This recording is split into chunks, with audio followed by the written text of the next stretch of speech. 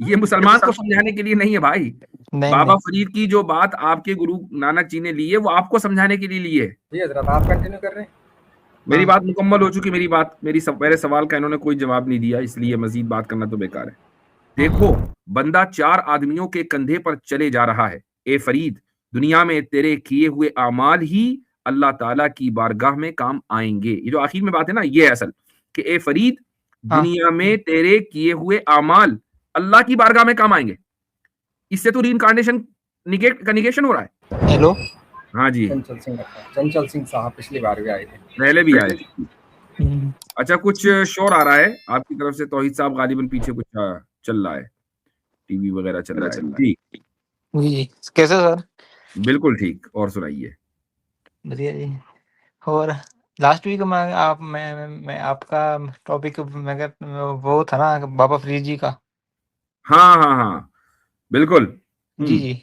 पहले तो मैं आपको बताना चाहूँगा कि मैंने बाबा फरीद जी की बानी पढ़ी है जो गुरु ग्रंथ साहब में दर्ज है, पर उसमें प्रॉफिट मोहम्मद का जिक्र नहीं आता। मुझे मालूम है।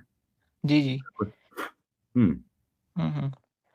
मैंने तो ये इस नहीं कहा था कि आप उस वाणी में प्रॉफिट मोहम्मद सल्लल्लाहु अलैहि वसल्लम का जिक्र ढूंढ कर दिखाएं, ये मैंने नहीं कहा था। नहीं नहीं, मैं वैसे बता रहा हूँ।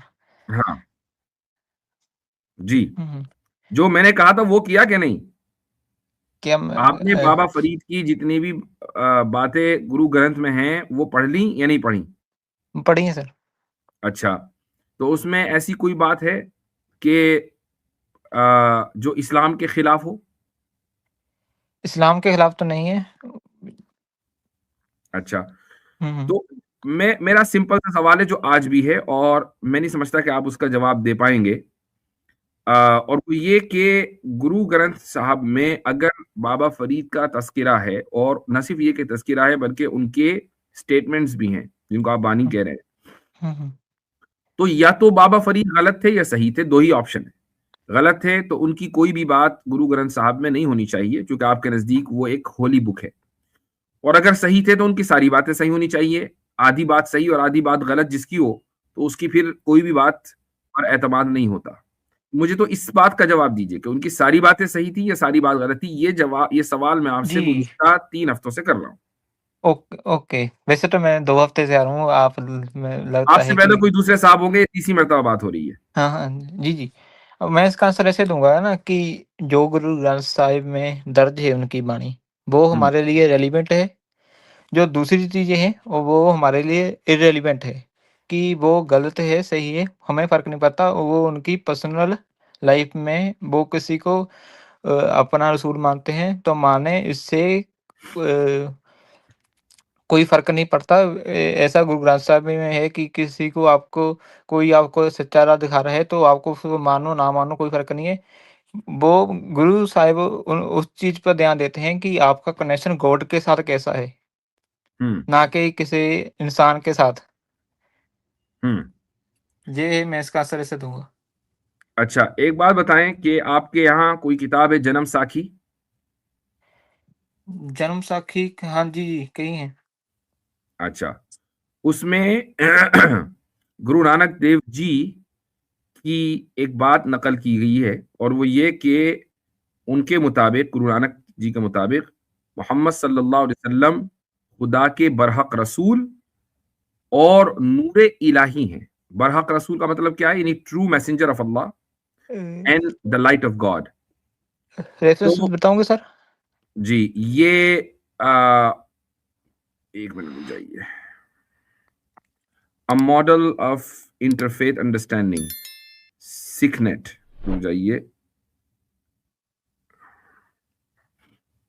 सिकनेट.com पर ये एक रेफरेंस मौजूद है, और मुझे थोड़ा सा इसको मजीद दिख कर लेने दें।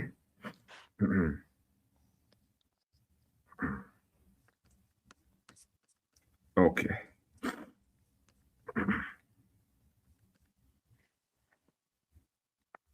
हुँ।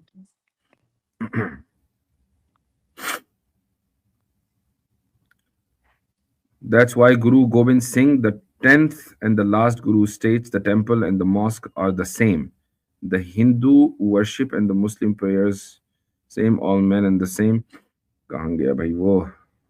अच्छा जी, हाँ मुझे थोड़ा सा ढूंढना पड़ेगा, अब लाइव स्ट्रीम में जरा ढूंढना मुश्किल हो रहा है, लेकिन बहरहाल अभी मेरे सामने वो हवाला आया था और निकल गया। तो नहीं हाँ, नहीं। अब असल असल जो बात है वो ये है कि आप ये नहीं कह सकते कि नहीं हमने उसकी अच्छी बातें लेंगे, उसकी जो पर्सनल लाइफ में क्या हो रहा था हम उसको नहीं लेंगे, ये तरीका गलत है। उसकी वजह यह है कि पर्सनल लाइफ में अगर एक आदमी शैतानी कर रहा है, एक आदमी गलत है, तो आप उसकी अच्छी बातें कैसे ले लेंगे? जी, वैसे तो इसका आंसर मैं देता हूँ कि किसी चीज़ को मानना और कुछ करना दोनों में फ़र्क है। अगर वो कोई इंसान किसी चीज़ से सीख कर कोई अच्छा काम कर रहा है, तो उसमें क्या ऐतराज़ है? आप सवाल ऐसे उठा सकते थे कि कोई बाबा फ़रीद जी ने उनसे देखकर कोई गलत चीज़ की है, जो कि मुझे नहीं मिलता कि उन्होंने कोई गलत चीज़ की है। उन्होंने प्रॉफ़ेट मोहम्मद से कुछ अच्छी बातें सीखी, उन पर अमल किया और आई थिंक मेरा उन्होंने मेरा सवाल देखें, नहीं मेरा सवाल हाँ, समझ लें, क्योंकि हम बात वही घूम घूम कर वही कर रहे हैं। हाँ, हाँ। बाबा फरीद ने जो माना, जो कुछ भी माना, उस मानने में वो सही थे या गलत? मैं इसका कहूँगा कि वो भगवान को कि कैसे मानते थे वो सही था, पर प्रॉफ़िट का कोई वो है कि हमारे लिए वो रिलेवेंट है आप कह रहे हैं क्योंकि ना, मैं कह रहा हूँ बाबा फरीद प्रॉफिट मोहम्मद सल्लल्लाहु अलैहि वसल्लम को अल्लाह का आखिरी रसूल मानने में सही थे या गलत? अगर इसे इसे मानने से वो अच्छे काम करें तो ठीक है, बट ये क्योंकि क्या बात हुई? नहीं, मैं ये क्या बता रहा हूँ बात ना हुई? कि मैं बताता वो हूँ सही कि थे या गलत? अगर वगर नहीं, अगर वगर के बगैर जवाब दें, सही थे या गलत? इसका जवाब तो मैं ऐसे कहूँगा ना कि वो क्योंकि जो अब ओवरऑल नहीं देख रहे ना, ओवरऑल कई भक्तों ने भी जैसे शेख फरीद जी ने अपने रसूल को माना है, उसी तरह कुछ भक्तों ने अपने गुरु को माना है, ठीक है? तो हमने उन गुरुओं के लिए नहीं, उन भक्तों के लिए जो कि हमारे लिए रेलिवेंट थे। तो इससे कोई चीज़ को मानना ना मानना कोई फ़र्क नहीं पड़ता बहुत कि बड़ा फर्क पड़ता है भाई, नहीं। बहुत बड़ा क्यों पड़ता है। मान लीजिए अगर गुरु गोलवालकर है, वो हिटलर को अपना आइडियल माने, तो क्या आप हिटलर को सही मानने लगेंगे? हम कि किस दोबारा रिपीट कर सकते हैं? गुरु गोलवालकर को जानते हैं? नहीं। नहीं जानते? गुरु गोलवालकर हैं आरएसएस के नंबर 1 नेता। ओके। ठीक, उनका आइडियल कौन था? उनका आइडियल था हिटलर। हुँ। हिटलर का उन्होंने जगह जगह रेफरेंस दिया अपनी किताबों में, कभी हिटलर ने बड़ा जबरदस्त काम किया है, बेहतरीन तरीका अपनाया है, वगैरह वगैरह। तो अगर वो हिटलर को आइडियलाइज करें, और मान लीजिए आप गुरु गोलवालकर के को मानने वाले हो, यानी उनको अच्छा समझते हो, तो फिर तो हिटलर भी अच्छा होगा। अच्छा, तो हम ना हम ऐसा नहीं कहते कि मतलब प्रॉफिट ये पिक एंड चूज नहीं कर सकते, मैं ये नहीं, कह रहा हूँ, नहीं। ये पिक एंड चूज नहीं कर सकते, ये पिक एंड चूज का इख्तियार आपको नहीं है, खुसूसन दीन के या धर्म के मामले में आप पिक एंड चूज नहीं कर सकते। आपको या तो किसी भी चीज को 100% गलत कहना पड़ेगा, और 50% जो चीज गलत होती है वो भी 100% गलत होती है, या आपको किसी चीज को 100% ट्रू कहना पड़ेगा। ये पॉलिटिक्स या बिजनेस या कोई घर गृहस्थी नहीं है कि जिसमें थोड़ा बहुत गलत चल जाता है। नहीं थोड़ा मैं बहुत गलत नहीं चलता, यहाँ थोड़ा बहुत गलत 100% गलत होता है। ये पिक एंड चूज का इख्तियार ना मुझे है, ना आपको है, ना दुनिया के किसी भी आदमी को, जो मामला धर्म और खुदा का आता है। मेरी बात सुने, मैं ये कहना चाहता हूँ कि अगर इंसान किसी चीज़ को हम नहीं कहते कि प्रॉफिट मोहम्मद कोई अच्छे इंसान नहीं थे, हम मानते हैं कि अच्छे इंसान थे। उनकर सीख के कोई इंसान कोई अच्छी चीज़ करता है तो बस वेल एंड गुड। हम ऐसा नहीं कहते, हम उस रसूल वाला हमें नहीं, क्योंकि आई डोंट नो कि वी डोंट नो कि वो रसूल है कि नहीं है, क्योंकि उसका हमें कोई सबूत नहीं मिलता गुरु ग्रंथ साहिब में कि वो रसूल है या नहीं। बट हम ऐसा कह सकते हैं कि अच्छे इंसान थे, क्योंकि बाबा फ़रीद से उनसे सीख के वो अच्छे राह पर चले। गुरु ग्रंथ साहब में तो इस बात का भी कोई उसूल नहीं मिलता कि अमेरिका में रहने वाले लोगों का क्या होगा, और वहां तक कैसे पैगाम पहुंचेगा, या गुरु नानक जी से पहले उन लोगों का क्या हुआ, कोई जिक्र नहीं है उनका। तो ये कोई दलील नहीं है कि चूंकि जिक्र नहीं है चूंकि इनका जिक्र नहीं है, देयरफॉर हम बिलीव नहीं करेंगे। किसी चीज का ना होना, उसके किसी चीज का ना मेंशन किया जाना, यानी किसी चीज का जिक्र ना होना उसके मौजूद न होने की दलील नहीं होती। ये उसूल है। एक चीज का अगर मैंने जिक्र नहीं किया, इसका मतलब ये नहीं कि वो मौजूद नहीं है। अच्छा हजरत, इनसे इस तरह से ना सवाल पूछ लें कि आप, हैरी भाई, जो आप कह रहे हैं कि ये पैगाम हमें क्योंकि गुरु ग्रंथ साहिब ने या गुरुओं ने दिया है, उनके पास ये पैगाम जो है ये उनका अपना इंडिविजुअल पैगाम है या खुदा की तरफ से ये पैगाम है आप तक का? खुदा की तरफ से। कैसे है ये, मैं कैसे मिलता है, मतलब इसका प्रोसेस क्या है कि एक इंसान कब गुरु बन कहलाएगा, जब उसके पास खुदा का पैगाम आएगा, उसका क्या प्रोसेस है? प्रोसेस तो ये है ना, जब कोई भी वो दावा ना कर ले उठ के कि मैं गुरु हूँ भाई और मेरे पास खुदा का पैगाम आ रहा है, तो उसको क्या पहचान है? पहचान तो वो होगी ना कि पहले तो वो जो गुरु ने एक कसौटी रखी हुई है, कुछ गुरु ने चीजें बताई कसौटी हुई हैं। रखी है? नहीं नहीं, गुरु ने कसौटी नहीं, हाँ गुरु ने हाँ। कसौटी नहीं। गुरु की कसौटी पे तो कोई भी खरा उतर जाएगा।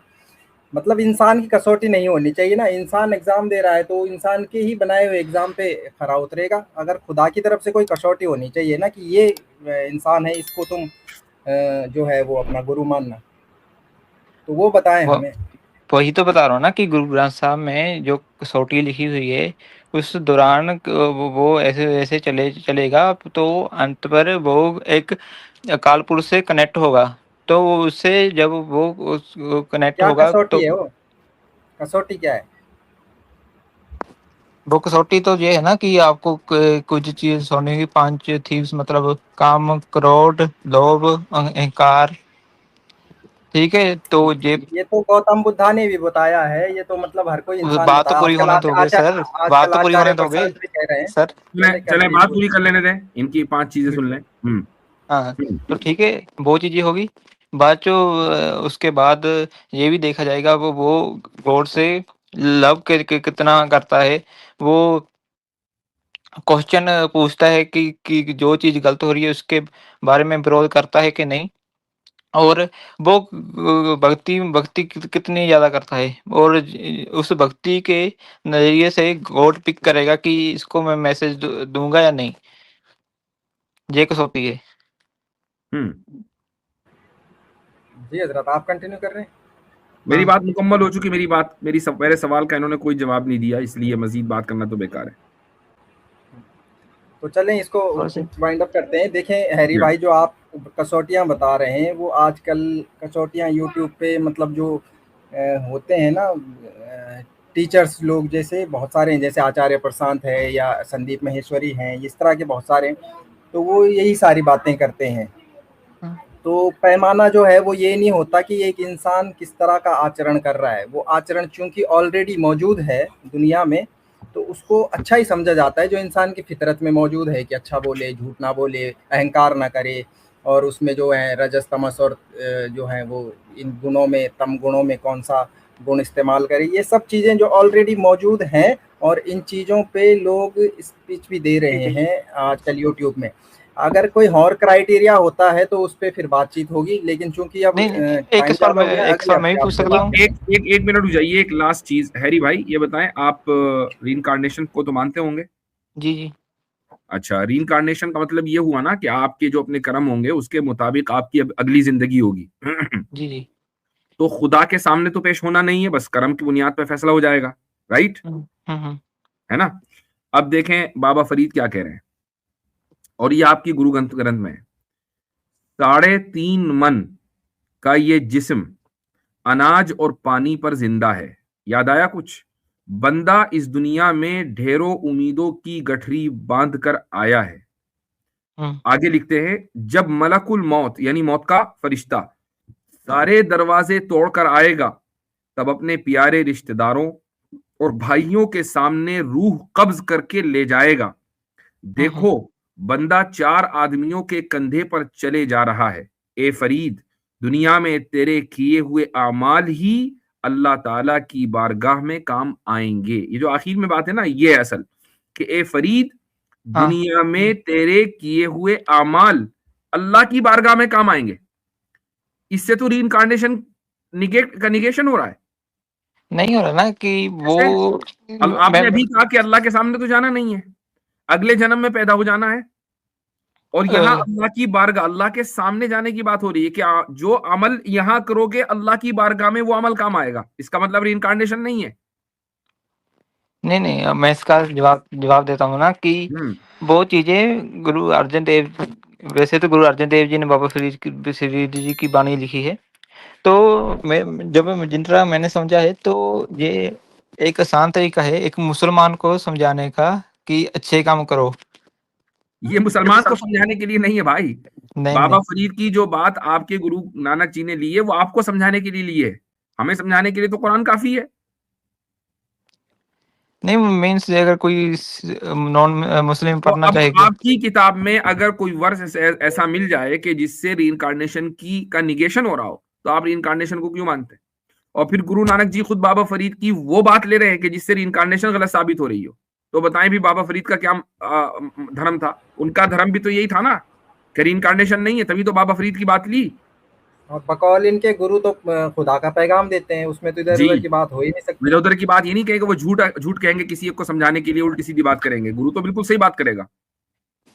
नहीं नहीं, आप गलत ले रहे हैं मैसेज। ठीक है, आप नहीं, आप मुझे हो गया। नहीं आप मुझे बता सकते हो कि अगले हफ्ते आप बातचीत कर लेंगे, अगले हफ्ते आ जाइएगा, ठीक है? चलिए।